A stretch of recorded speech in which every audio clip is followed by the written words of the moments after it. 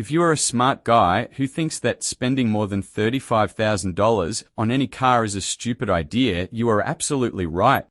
Because today, a Tesla Model 3 Performance is available for a mouth-watering 35 grand in the used car market. But that's not all. A 2-year-old MG4 X-power is also available for the same price. It will be a tad bit slower than the Model 3 Performance in terms of acceleration. But the Tesla that you will find at this price will at least be 5 years old. Plus, it will have at least 150,000 kilometers on the odometer, while the X-power can be found with just 40,000 kilometers on the clock. Now coming to the question of whether any petrol-powered alternatives can be found with similar performance in the used car market, then the answer is no. However, something slightly slower can certainly be found.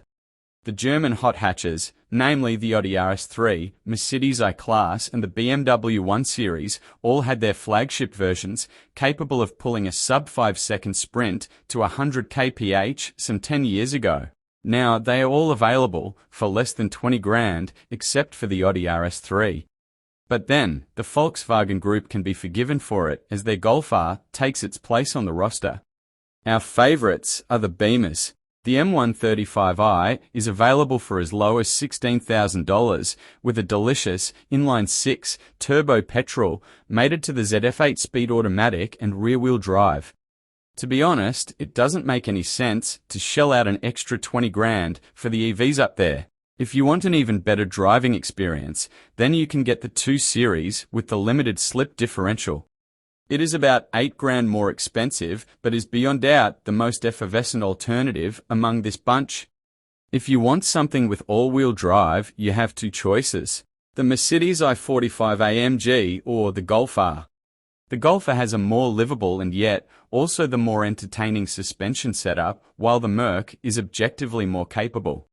If you insist on X-power equaling acceleration, then the option of a Stage 1 remap also exists. For example, the Golf R, with a reliable Stage 1 remap from Revo, can crack the ton in 4 seconds flat. Not bad for a car that is available for 17 grand, right? If you insist on a brand new vehicle in this price range, then the i20N is your best option. It is painfully slow compared to the used options though. Plus, it is only available with a manual gearbox. If you want an automatic, then the Swift Sport is your best bet.